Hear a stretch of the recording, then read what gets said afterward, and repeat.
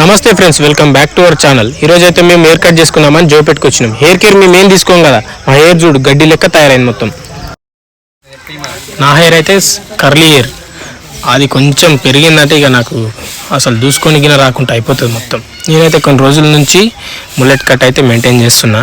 అదే కొంచెం నాకు బాగా సెట్ అయింది, బాగా అనిపిస్తుంది నేను నాగిన, అందుకనే మళ్ళీ అదే చేయించిన. కొంచెం భయంగా ఉండే స్టార్టింగ్, ఫైనల్గా రిజల్ట్ అయితే ఇట్లా వచ్చింది.